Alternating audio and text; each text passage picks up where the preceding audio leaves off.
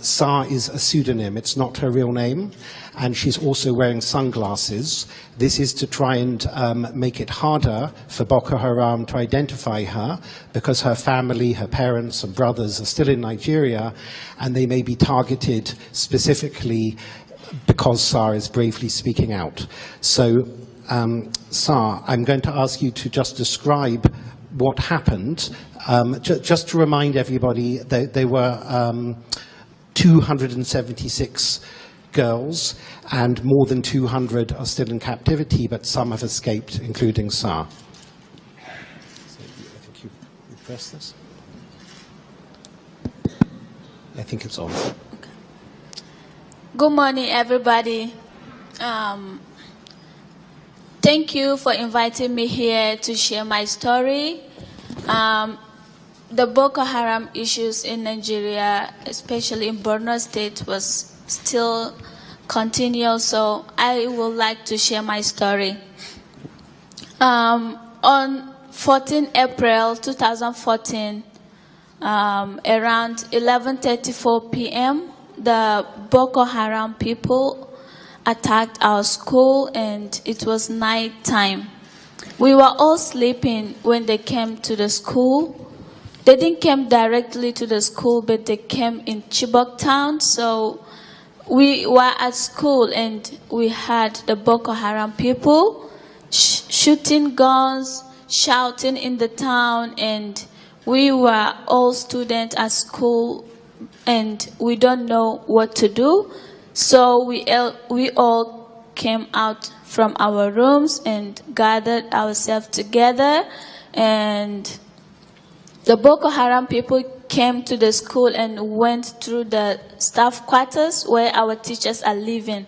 So when they got there, they didn't find anybody there. The teachers all have gone, and nobody have come among our teachers to tell us what to do. So they took the motorcycle of our teachers and came in through the hostel where we are staying. So when we had them coming, we were thinking maybe it is the teachers and the security, maybe militaries, to come and help us. Well, we didn't even know that they were the Boko Haram. So when they came in, they tell us to stay together, we should not run. We were thinking maybe they were militaries because they were wearing military's uniform.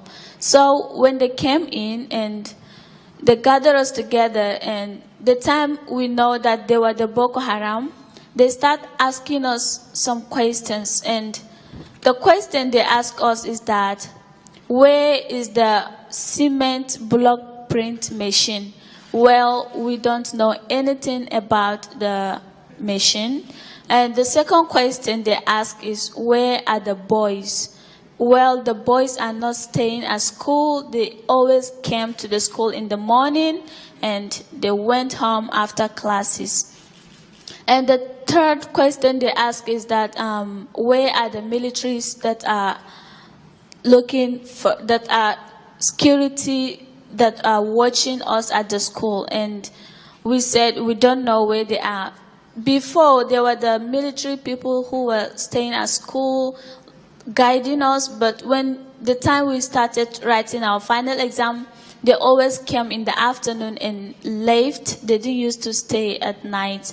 So they asked another question and said, where are the store where our food are kept? And they point two girls among us to go and show them where the food are kept. So they went with the two girls, and the girls showed them where the food are kept, and they went in there. They bring a big truck and load up all the food on the truck. So they tell us we should move out from the hostel and go out to the class area. So when we moved out to the class area, they didn't allow us to take anything out from our rooms or anything. They all start burning the school. They burn everything, our properties, our clothes, our books, everything. After they burn everything, then they tell us that we should move out from the school premises and go out somewhere closer to the school, and they gathered all of us under a tree, and they bring a big and a long truck that we should all enter the truck. Well, the truck was long and we can't climb the truck and enter. So they bring a small car under the truck and ask all of us to climb the small car and enter the big truck. We were scared and we didn't even talk. They said anyone who doesn't want to enter the truck, he should come out and they should kill him. So because we were scared and we don't know what to do, so we all entered the truck, and the truck was not enough to carry all of us. So some of us remained outside and they said they should walk. So we were in the truck and the rest of us were walking, and we reached a small village. We reached the small village and they asked the other girls to still enter the truck because they said we have a long journey, so they can't walk with their foot. So all of the girls still enter the truck, and some of us were even sitting on someone's leg, and 3 girls remained outside. And the 3 girls that remained outside, 2 of them were Christian and 1 is a Muslim. And they asked the Muslim girl, is she a Muslim or a Christian? And she said she was a Muslim. And they asked the Christian girl, she said she was a Muslim. They asked the 3rd one and she said that she was a Christian. And one of them said that since she was a Christian, he's going to kill her. And some of them said no, he should not kill her, let them go home. But he said no, he's going to kill her. He was even pointing gun at her and saying that he is going to kill her. And some of them said no, they should not kill them. And they tell the girls that they should turn back and run home, but they should not turn back and look at them. If they turn back, they were going to kill them. So the girls run and go back home. And they start going with us in the forest. We didn't even know where we are going with them. So when we are going with them, they have a lot of cars. Some of them were in the cars in front of us. Some of them were in the back. So we were in the middle. So there were little bit distance between us and the one that in the back. So because we were in the middle of forest and it was night time, so some of us decided to jump down out of the truck and hide somewhere so that we should find a way to escape. So 2 girls jumped down, and I decided and said that I'm going to jump down out of the truck. I rather die that my parents have my calf and buried than to go with the Boko Haram because I don't know where I'm going. And I tell one of my friends, I tell her this is my decision. And she said, okay, she's going to jump with me. And I jumped down first. When I jumped down, I entered the forest and hide somewhere. So the one at the back have came and passed. So after they passed, we were in the forest and we don't know what to do. We don't know where we are. And it was nighttime. So when we entered the forest, I realized that my friend have injured her leg and she can't even walk, and we don't know what to do, and we stay in the forest and we spend the night in the forest till the next day in the morning. So the next day in the morning, it was morning and we don't know where we are and we don't know what to do because I can't carry her, took her home. So I decided to go and look for help. So when I decided to go and look for help, I was going around in the forest and I found a shepherd in the forest. And I asked him to help us and took us somewhere in the town so that we may find help. We may find somebody who is going to take us back home.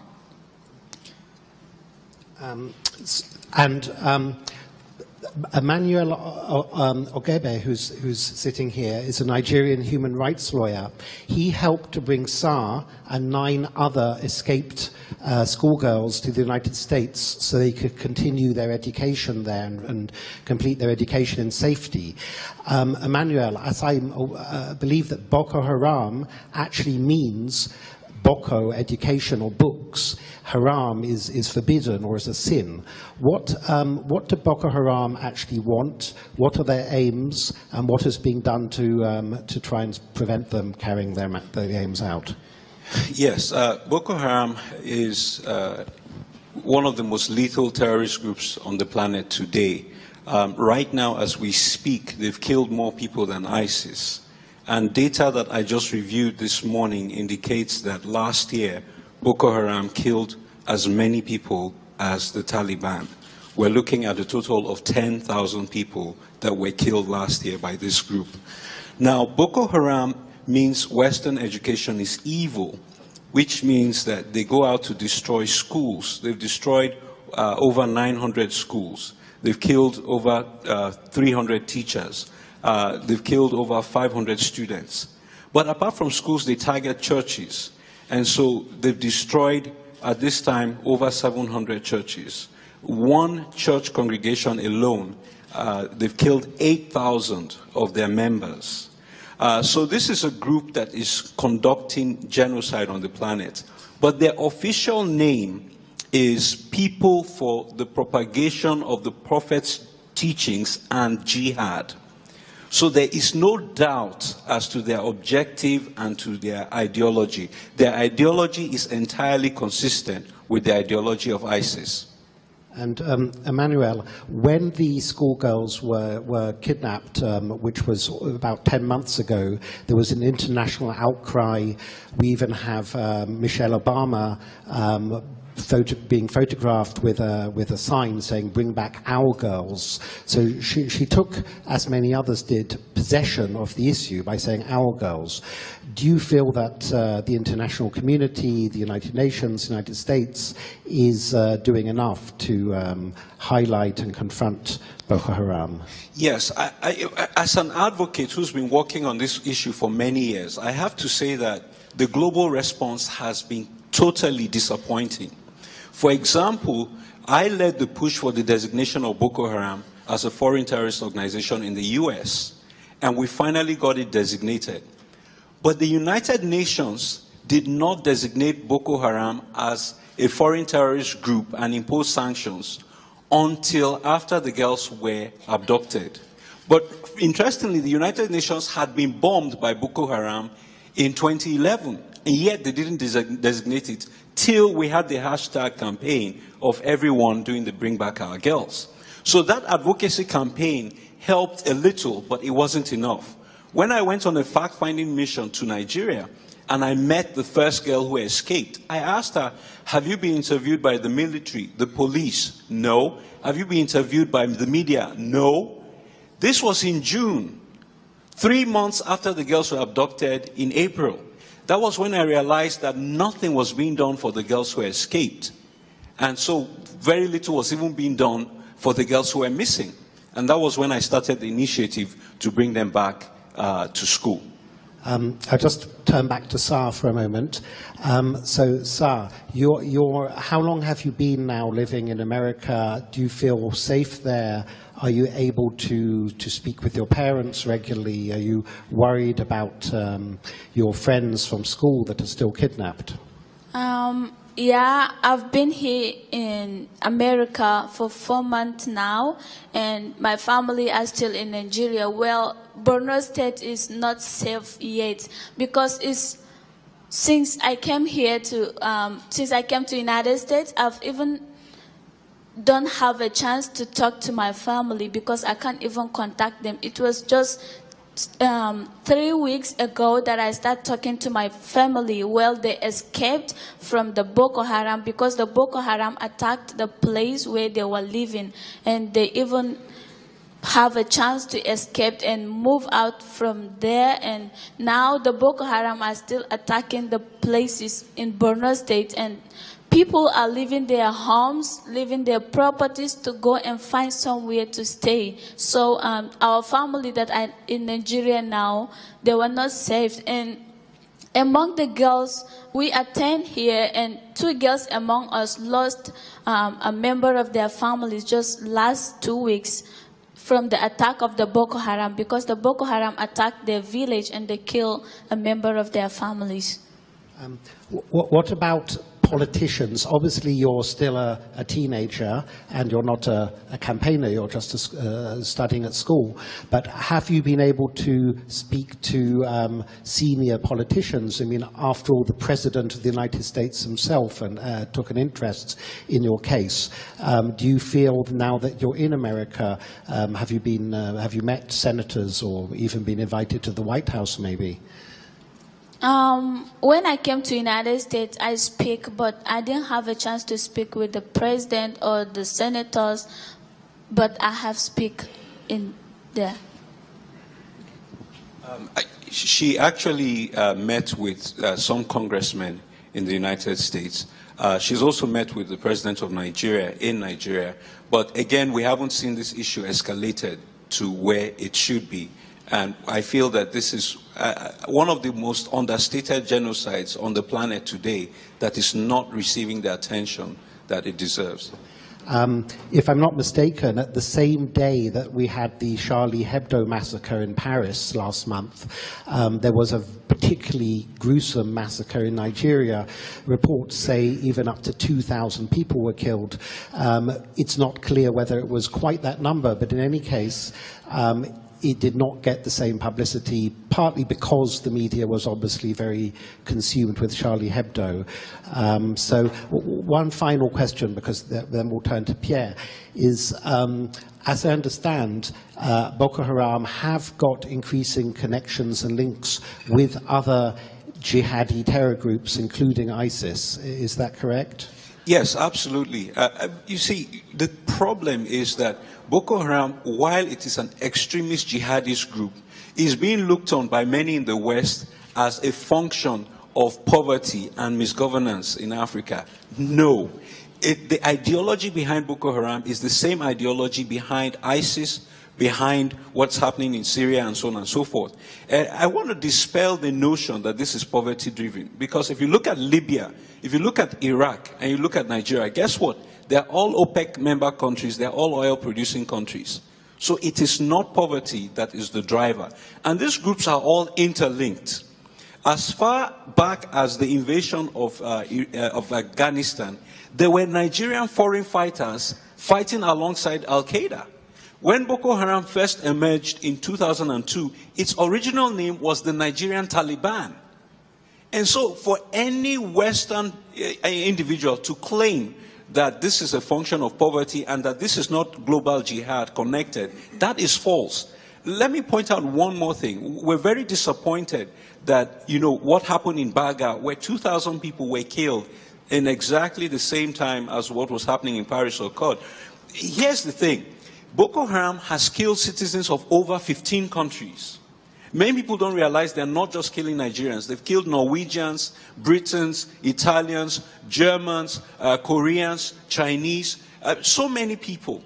Yet we're not getting the attention that this deserves. So we hope that what has happened in Paris is a wake-up call to humanity, that we've all got to stand up and face what Pope Francis has called the Third World War, which is happening incrementally across the globe. And just finally, you might want to also add that Boko Haram have recently infiltrated into neighboring countries, Cameroon, Chad, and so on, yes. And also that one of the bombers caught in London who was Nigerian, London in England, of course, was Nigerian and inspired by Boko Haram, and was living in a £600,000 apartment in one of the nicest areas of London. So it's absolutely not about poverty. They're quite a wealthy group, Asar ISIS. It's about ideology, what's the philosophy behind Boko Haram. Just finally, because I understand you have to go to give an interview, is there any final message maybe Sar or Manuel would like to give, maybe you know, for your friends that are still kept, and some of them we read from, I should point out that other girls who escaped later, Sar was lucky enough to escape on the very first night she was abducted, but some months later some other girls escaped, bringing stories of absolute atrocities and hell and rape and abuse of all kinds. So is there any final message you might want to give to your school friends who are still abducted?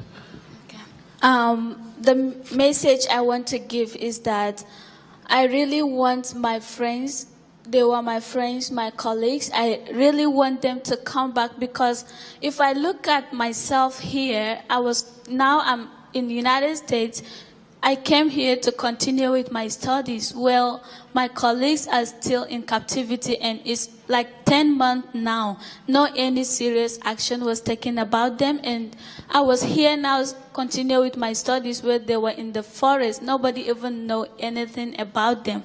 I really want help. I want if the United Nations can help and bring back the girls so that we should come and continue with our studies, and to help and bring them back to their family, and also to help our country, especially Borno State in Nigeria, that are captured by the Boko Haram.